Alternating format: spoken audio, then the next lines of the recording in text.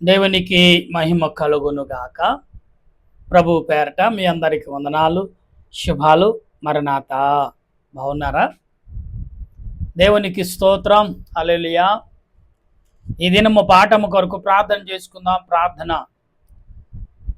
పరిశుద్ధుడు పరిశుద్ధుడు పరిశుద్ధుడు, స్తోత్రం స్తోత్రం స్తోత్రం. దేవాతి దేవ, కరుణామయుడ, దయామయుడ, సృష్టికర్త, మహోన్నతుడ, మహాగణుడు అయిన దేవ, ఈ కొందనాలు. నిత్యము పరిశుద్ధుడు పరిశుద్ధుడని దూతల చేత, భక్తి కోటి జనము చేత నిత్యము కొనియాడబడుతూ, కీర్తించబడుతూ, ఆరాధించబడుచున్న ఓ ప్రభువా, నీ కొందనాలు. ఈ సమయంలో నీ దేని దాసుడిని నేను నీ లేఖనమును చేతపట్టి నీ ఎదుట నీ బిడ్డల ఎదుటకు చేరి ఉన్నాను. చేరి నన్ను నా తలంపులు మరుగు చేసి నీవే నీ బిడ్డలతో మాట్లాడి నీ వాక్యముతో కట్టమని ఆత్మరూపుడు రక్షణకర్త యేసుక్రీస్తునామని అడుగుచున్నాను పరమ తండ్రి. ఆమేన్. తండ్రి అయిన దేవుని సన్నిధి సదా తోడుగా ఉండి ముందుకు నడిపించును గాక. ఆమేన్. ప్రభునందు ప్రియా దేవుని బిడ్డలారా, ఈ సమయంలో సాయంకాల యొక్క శుభాలు మరొకసారి మీ అందరికీ తెలియపరుస్తున్నాను.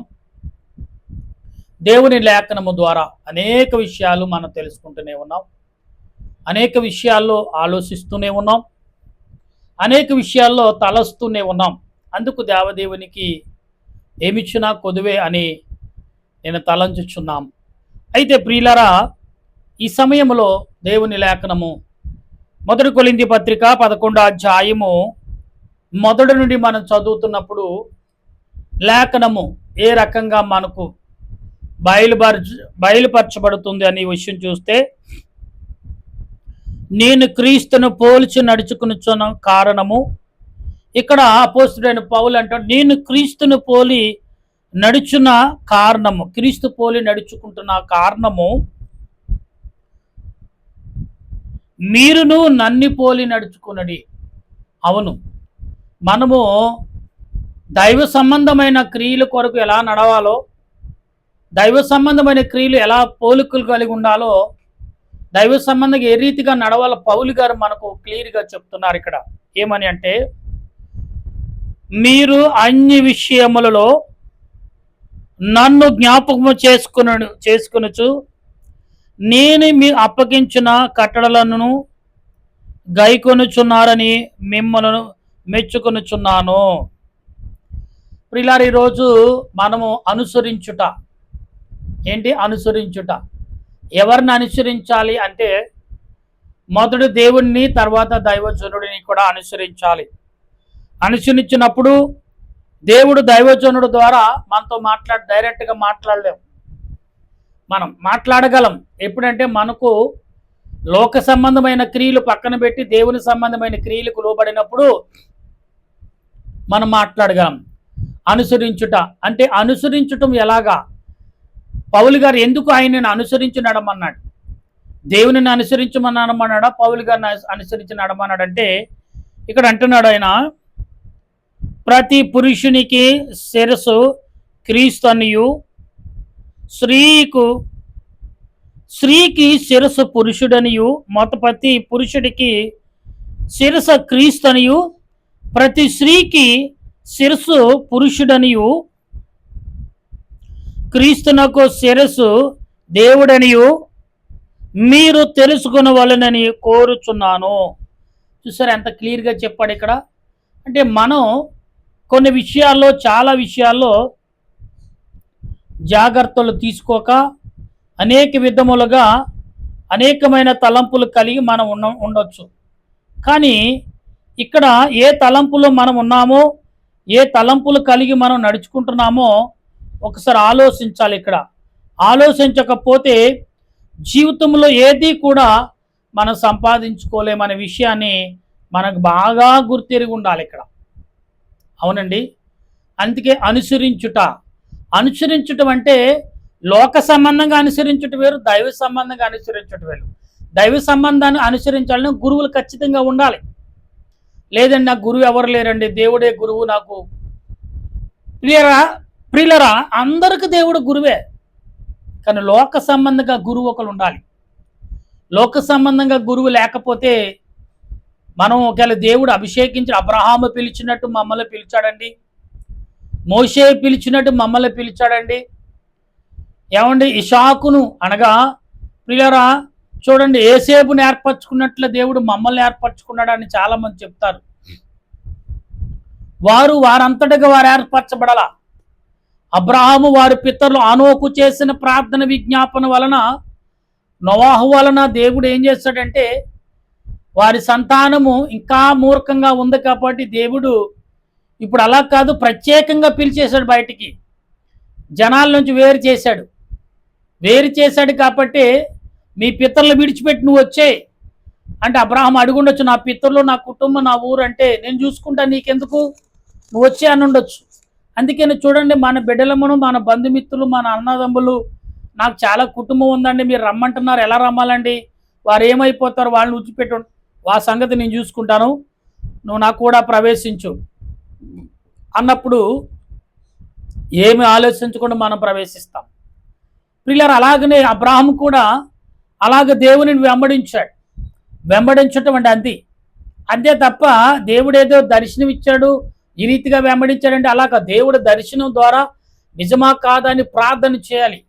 ప్రార్థన చేసి అవతల వారిని ఎవరినైనా చూపించమని అడగాలి. అడిగినప్పుడు దేవుడు చూపించాడు ఖచ్చితంగా. అప్పుడు మనం ఏమి చేయాలి, ప్రార్థన ద్వారా అనుసరించాలి. అందుకే అనుసరించడం అంటే లోకంలో కుటుంబం కొరకు అనుసరిస్తారు, లోక సంబంధంగా అనుసరిస్తారు, కానీ దైవ సంబంధంగా అనుసరించాలంటే అనుభవం ఉండాలి. దైవ గ్రంథం యొక్క లేక అనుభవం ఉండాలి, ఆత్మ సంబంధమైన అనుభవం ఉండాలి. ఏమండి మనము దైవికంగా ఎలా నడవాలో కూడా అనుభవంతో ఉండాలి. అందుకే ఎవరినైనా చూసి నేర్చుకోవటం చాలా మంచిది. ప్రార్థన కొన్ని విషయాల్లో ఎలా చేర్చగాలో దేవాలయంకి వెళ్తే మనకు తెలుస్తుంది. కొన్ని ప్రార్థనలు నువ్వు మౌనంగా ఉంటే నీకు తెలుస్తుంది.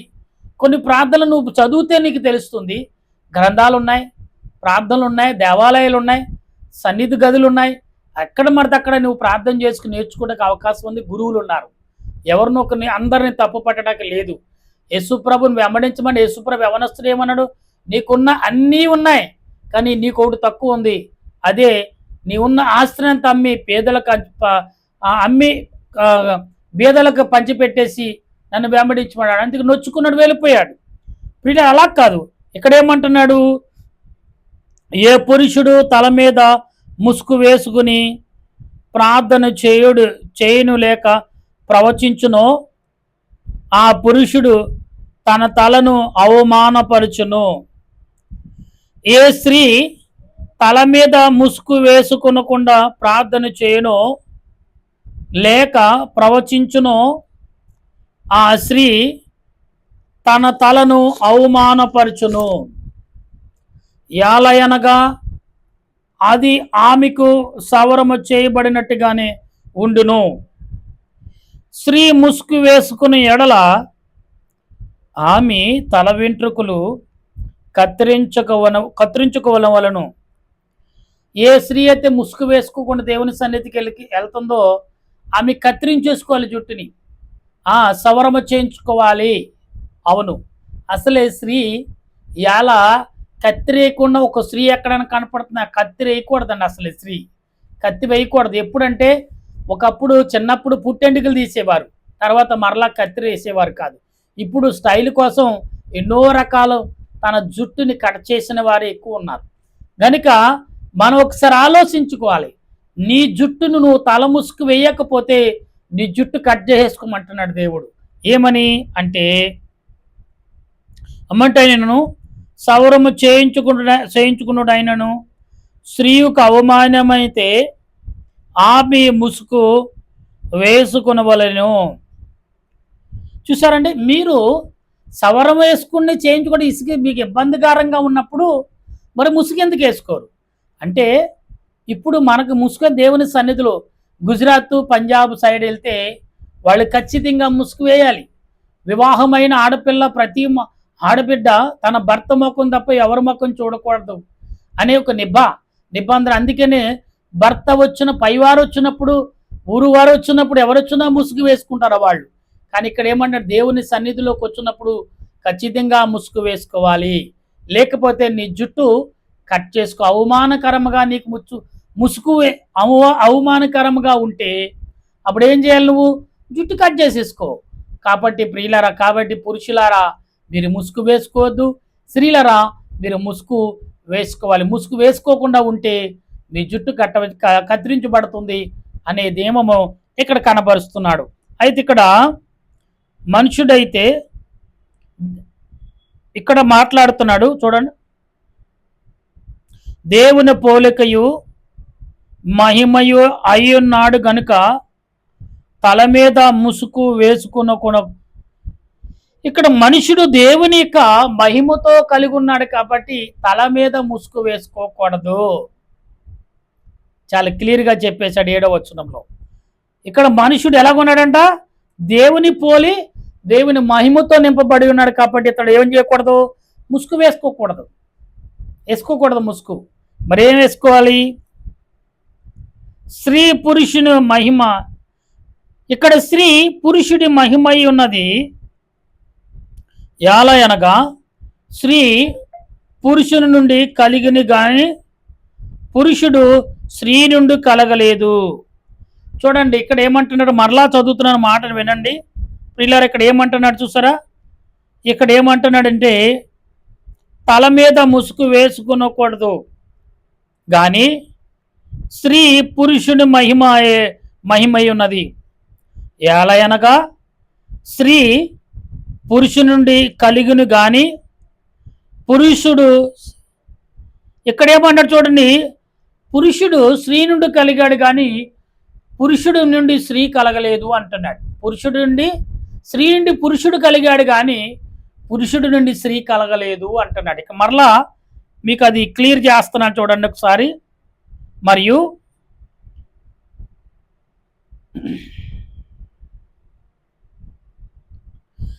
ఇక్కడ పురుషుడు కొరకు స్త్రీ సృష్టించబడింది కానీ స్త్రీ కొరకు పురుషుడు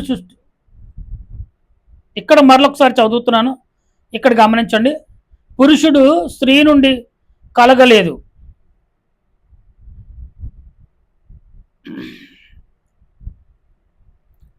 ప్రభునందు ప్రియులరా మనం గమనించాలి. మరలా చదువుతున్నాను. ఎలా అనగా స్త్రీ పురుషుడు నుండి కలిగిన కానీ పురుషుడు, ఇక్కడ చూడండి స్త్రీ, నేను అందుకే పొరపాటు చదివాను కాబట్టి అందుకే మరో రిపీట్ చేస్తున్నాను. పురుషుడు వలన స్త్రీ కలిగింది కానీ స్త్రీ వల్ల పురుషుడు కలగలేదు.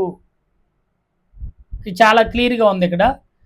పురుషుడు వలన స్త్రీ కలిగింది కానీ స్త్రీ వల్ల పురుషుడు కలగలేదు అంటున్నాడు. అయితే ఇక్కడ ఏమంటున్నాడు, మరియు స్త్రీ పురుషుని కొరకే కానీ పురుషుడు, చూడండి ఇక్కడ స్త్రీ కొరకు పురుషుడు కొరకు స్త్రీ కొరకే కానీ స్త్రీ పురుషుడు కొరకే కానీ స్త్రీ కొరకు పురుషుడు సృష్టించబడలేదు. ఇక్కడ చాలా క్లియర్గా ఉన్నాయి.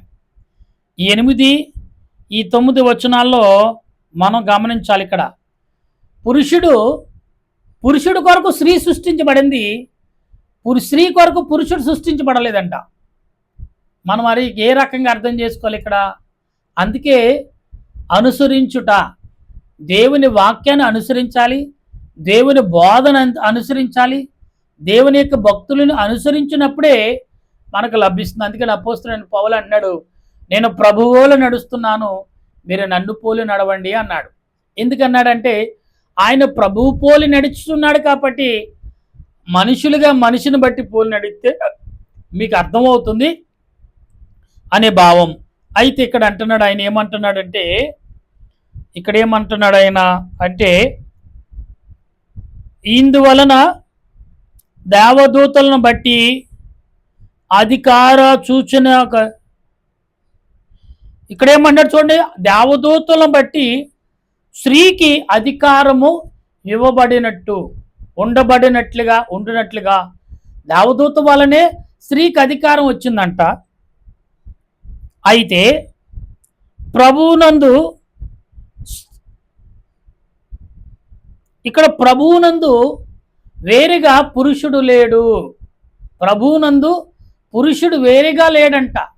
మరి ఎవరున్నారు అంటే పురుషునిగా వేరుగా స్త్రీ లేదు. అంటే పురుషునికి వేరుగా స్త్రీ లేదు, దేవునికి వేరుగా స్త్రీ లేదు, పురుషునికి వేరుగా స్త్రీ లేదు అంటున్నాడు.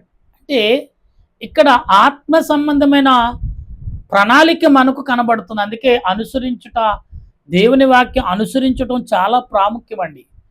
ఏది నిజమో ఏదో చెడ్డదో ఏదో కూడా బైబిల్ గ్రంథము విలువగా విడమార్చి మనకు బోధిస్తుంది. అందుకే అనుసరించటం మానేస్తున్నారేమో, తెలుసుకోండి, అనుసరించండి, దాని లోతేంటో తెలుసుకోండి. అనుసరించడానికి ఈజీగా ఉంటుంది, వీలుగా ఉంటుంది. అయితే ఇక్కడ అంటున్నాడు ఆయన, స్త్రీ పురుషుని నుండి ఎలాగూ కలిగినో అలాగే పురుషుడును స్త్రీ మూలముగా కలిగెను. ఇక్కడ దొరికింది చూడండి వచనం ఎంత, 12వ వచనంలో కనబడుతుంది. ఇక్కడ పురుషుడి నుండి స్త్రీ ఎలా కలిగిందో అలాగే పురుషుడు రూపంలో, అంటే స్త్రీ రూపం స్త్రీ ద్వారా పురుషుడు కూడా కలిగి ఉన్నాడు అని క్లియరెన్స్ ఇచ్చాడు ఇక్కడ ఆయన. అయితే సమస్తమైనది దేవుని మూలముగా కలిగి ఉన్నది, మీలో మీరే యోచించుకొనుడి.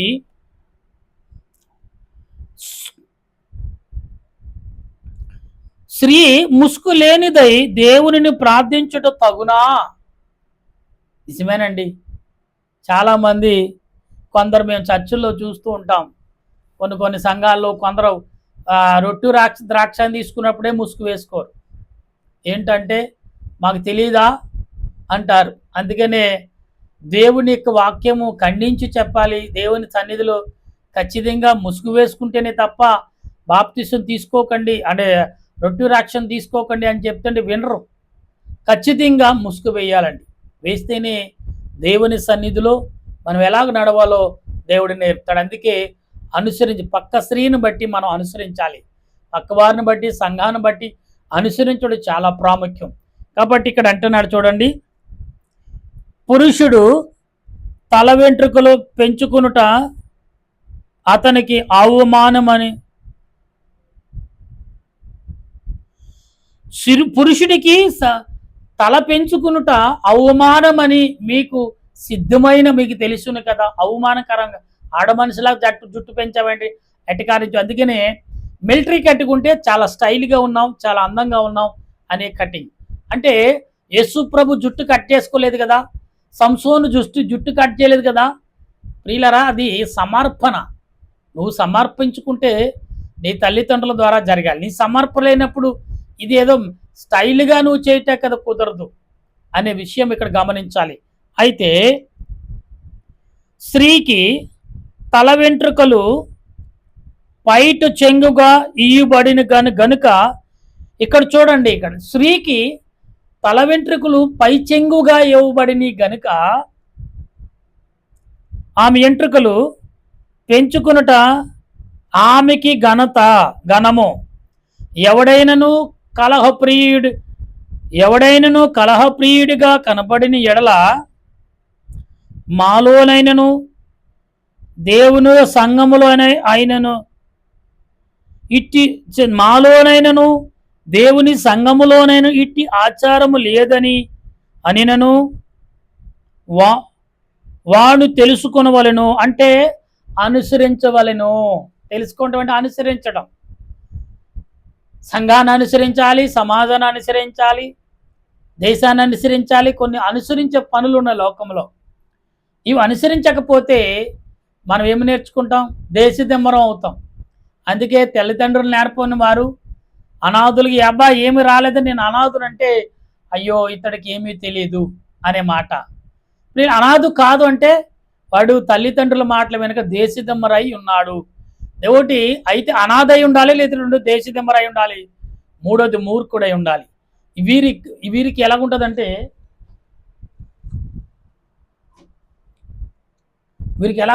వేరే విషయాలు ఆలోచించే రీతిలో ఉంటాయి. ఎందుకు ఉంటాయి, ఏ రకంగా ఉంటాయి అనేది మనం గమనించినప్పుడు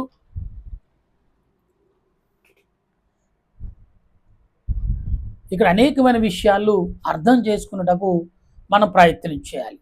అప్పుడే దేవుని ఆత్మ ఏ రకంగా మనకు అందించబడుతుంది అంటే, ఇక్కడ కనబడుతున్న మాటలు, ఈ ఆజ్ఞలు ఇచ్చుచు మిమ్మలను మెచ్చుకొనను, మీరు కూడవచ్చుట ఎక్కువగా కీడుకే కానీ ఎక్కువ మేలు కొరకు కాదు. అంటే ప్రియులరా, ఈ 17వ అధ్యాయంలో ప్రభు మాట్లాడుతున్న ఈ మాటలు మనం అర్థం చేసుకోవాలి. ఎందుకంటే ఈ 17 అధ్యాయంలో చాలా క్లియర్గా చెప్తున్నాడు. అంటే పురుషులు ఎలాగుండాలి, స్త్రీలు ఎలాగుండాలి, దైవజనుడు ఎలాగుండాలి, విశ్వాసుడు ఎలాగుండాలి, దేవుని యందు ఎలా నడవాలి, ఎలా అనుసరించాలనేది లేఖనం చాలా క్లియర్గా చెప్పింది. కనుక మనం అందరం కూడా గ్రహించి ఈ సాయంకాల సమయంలో లేఖనాన్ని బట్టి, ఆత్మీయతను బట్టి, ఆలోచనను బట్టి, క్రియలను బట్టి అనుసరించి నడుచుటకు, జీవించుటకు సిద్ధపడి ఉన్నారా? ఉంటే దేవుని సన్నిధులు బలమైన వ్యక్తులుగాను, బలమైన శక్తిమంతులుగా ఉండుటకును పరిశుద్ధాత్మ దేవుడు మనందరికి తోడుగా ఉండి ఆయన రాకడకు సిద్ధపరచునుగాక. ఆమేన్. ప్రార్థన చేసుకుందాం. ప్రేమామయుడ, కరుణామయుడ, దయామయుడ, సృష్టికర్తమైన తండ్రి, నీకు స్తోత్రాలు. ఈ సమయంలో ఇదిగో మా ప్రియులు నీ బిడ్డలతో ప్రభా నీవే మాట్లాడావు. నీ మాటల ద్వారా అనేకమైన విషయాలు బయలుపరిచావు, అనేకమైన మాటలు దయచేశావు. అందుకు నీకు వందనాలు చెల్లిస్తూ ఈ సాయంకాల సమయంలో ప్రార్థిస్తున్న మా ప్రార్థన అంగీకరించండి, నెరవేర్పు దయచేయండి. పురుషులారా, స్త్రీలారా ఎలా ఉండాలో అని మా పుట్టుక, మా జీవితము, మా జీవిత ప్రయాణము ఎలాగ అనుసరించాలో, ఎలా నడవాలో, ఎలా మాట్లాడాలో, ఎలా ప్రవర్తించాలో, ఎలా నీ ఎడల మేము జీవించాలో, ఎలాగ మేము సమాజంలో ఉండాలో అన్ని సూచనలు మాకు చూపించాం. మా పుట్టుక, మా నడవడిక, మా జీవితాన్ని అన్ని చూపించిన దేవా నీ వందనాలు. ఈ సమయంలో ఇంకను మా జీవితాలకి ఇంకా అనేకమైన మార్పులు, అనేకమైన మార్గాలు ఇచ్చుతూనే ఉన్నావు. లేఖనము ద్వారా అనేకమైన మాటలు మనకు కనబడుతూనే ఉన్నాయి, తెలుస్తూనే ఉన్నాయి. నీ మాటలను బట్టి అనేకమైన విషయాలు మేము మాట్లాడుతూనే ఉన్నాం. అందుకు నీకు వందనాలు చెల్లిస్తూ సమయంలో మా దేశాన్ని, దేశ ప్రజలను, పెద్దలను, చిన్నలు, వృద్ధులను, యవనులు, బలహీనత ఉన్నవారు, అనారోగ్యంతో బాధపడుతున్నవారు, అలసట, శరీరం యొక్క బలహీనతను, పాప భీతి, పాప క్రియలు ఇవన్నీ కూడా తెలియక, గ్రహించలేక, ఆలోచించగా గ్రహింపలేక అల్లాడిపోతూ, అయ్యో ఏంటి మా పరిస్థితులు ఏంటి ఇలాగైపోతున్నాయని తెలుసుకోలేక అల్లాడిపోతున్న ప్రజలు అనేకులు. వారికి నీ ఆత్మ నడిపింపును, నీ సన్నిధి కాపుదలను దయచేసి నీ సహాయము దయ చూపించమని, నీ ఆలోచనతో బలపరచుమని, నీ వాక్యంతో నింపమని ప్రార్థన చేస్తున్నాను. వింటున్న వారందరికీ వారి తలంపులు, వారి ఆలోచన, వారి క్రియలన్నింటిలో తోడుగా ఉండండి.